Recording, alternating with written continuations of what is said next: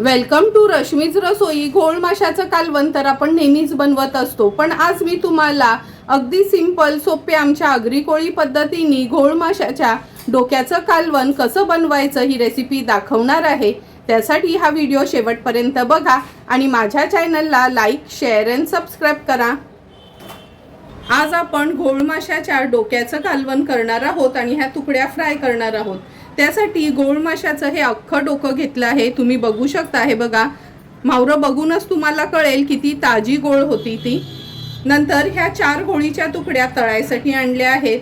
तर चला मग सर्व मच्छी स्वच्छ धुवून वगैरे घेते, ही खवलं वगैरे अशी हातानेच काढून घेते आणि नंतर रेसिपी करायला सुरुवात करते।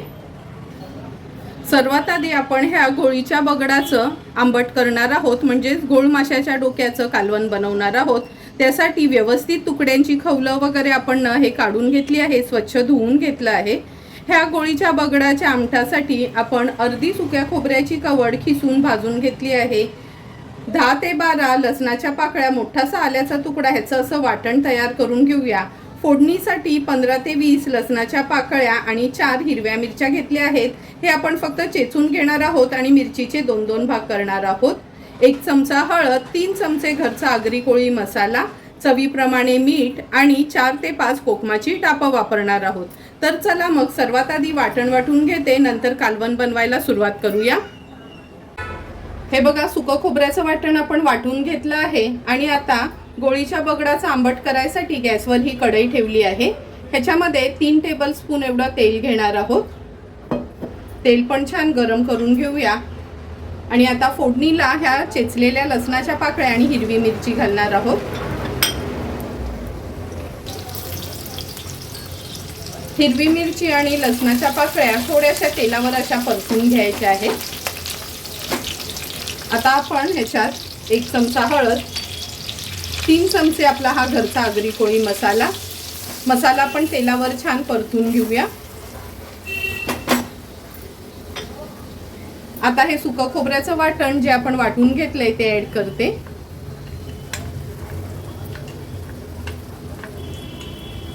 वाटण पण तेलावर 1 मिनिटभरासाठी असं शिजवून घ्यायचं आहे आपल्याला।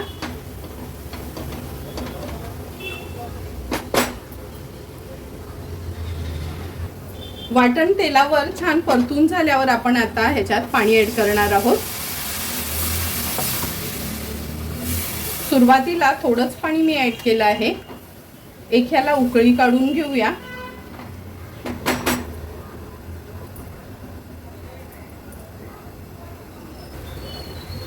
आपल्या ह्या वाटणाला पण छान उकळी आली आहे। आता हे गोळीच्या बगडाचं मावरं मी ह्याच्यात ऍड करते।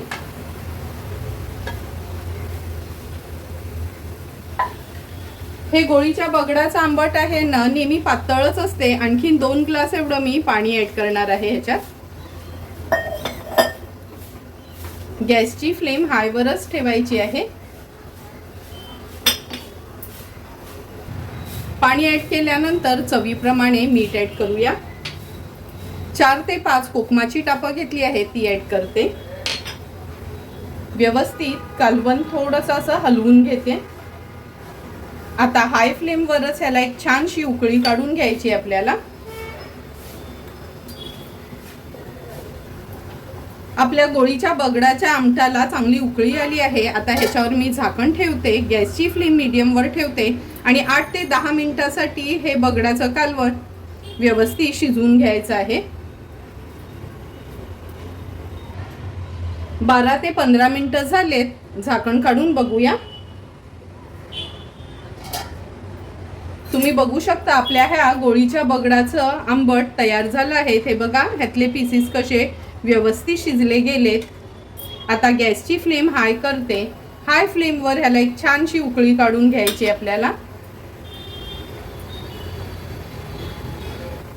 गोळीच्या आमटाला पण छान उकळी आली आहे। आता गॅसची फ्लेम स्विच ऑफ करते आणि झाकण ठेवते।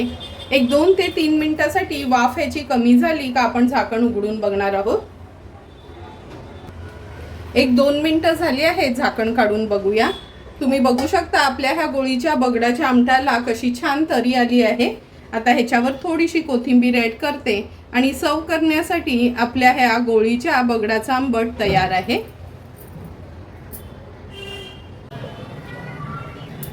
आता आपण ह्या गोळीच्या तुकड्या तळून घेणार आहोत। ह्या मोठ्या मोठ्या तुकड्या आहेत म्हणून मी ह्याचे 2-2 भाग करून घेते। तुकड्यांचे 2-2 भाग करून घेतले आहेत। आता आपण ह्याच्यामध्ये चमचाभर आलं लसूण पेस्ट ऍड करणार आहोत, चवीप्रमाणे मीठ, अर्धा लिंब घेते ह्याच्यावर पिळून। हे गोळीचं मावरं असते ना, ह्याला कोकम आगाळ वापरू नका, लिंबच वापरा। आम्ही लहान असताना तर आमची आई लिंब वगैरे काहीच वापरायची नाही, फक्त हळद, मसाला, मीठ आणि लसूण थोडासा चेचूनच घालायची मच्छीवर। हळद घेते अर्धा चमचा, एक मोठा चमचा भरून आपला हा घरचा आगरी कोळी मसाला। आता व्यवस्थित मावऱ्याला आपण मॅरिनेट करून घ्यायचं आहे।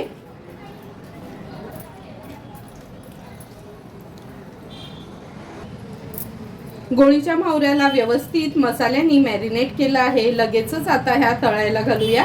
तवा पण आपला गरम झाला आहे। गोळीचं मावरं तळण्यासाठी आपण गॅसवर हा तवा ठेवला आहे।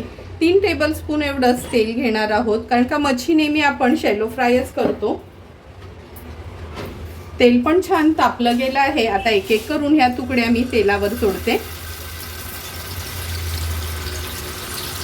आम्ही आगरी कोळी लोक नॉर्मली हे गोळीची मच्छी रावसाची वगैरे असली ना का त्याला पीठ वगैरे लावत नाही, असंच हळद, मसाला, आलं लसूण पेस्ट लावूनच मच्छी तळून घेतो।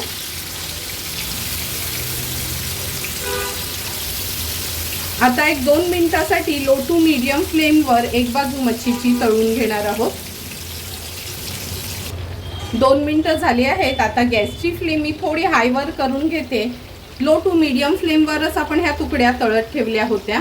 अगदी अर्ध्या मिनिटासाठीच हायवर ठेवते। अर्धा मिनिट झाला आहे। एक एक करून आता आपण ह्या गोळीच्या तुकड्या पलटून घेऊया। तुम्ही बघू शकता लो टू मीडियम फ्लेमवरच एक बाजू मच्छीची अगदी व्यवस्थित तळून झाली आहे। तांदळाचं पीठ वगैरे काहीच लावलं नाही तरी पण एकही तुकडी आपली चिकटली आहे नाही।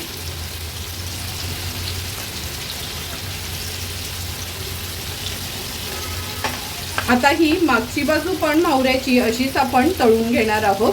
पुन्हा गॅसची फ्लेम मीडियमवरच ठेवते।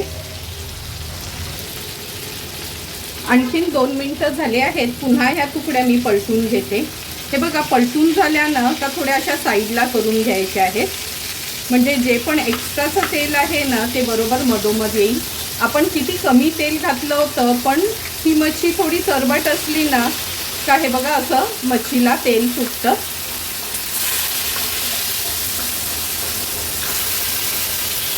एक एक करून सर्व तुकड्या आपल्या पलटून झाल्या आहेत। आता गॅसची फ्लेम स्विच ऑफ करते आणि 1 मिनिटभराने ह्या तुकड्या एका प्लेटमध्ये काढून घेते।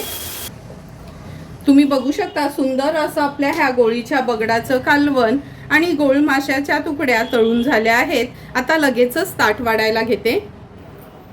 ताटामध्ये सर्वात आधी आपण ह्या गोळ माशाच्या बगडाच्या तुकड्या सर्व करून घेऊया।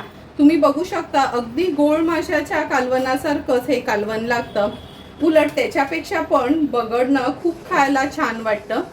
तुम्हाला पण मी बनवलेल्या ह्या गोळीच्या बगडाची रेसिपी आवडली असेल तर नक्की तुम्ही पण आमच्या ह्या आगरी कोळी पद्धतीचं हे गोळीच्या बगडाचं आंबट घरी ट्राय करा। आता आपण ह्या गोळीच्या तुकड्या सर्व करून घेतोय।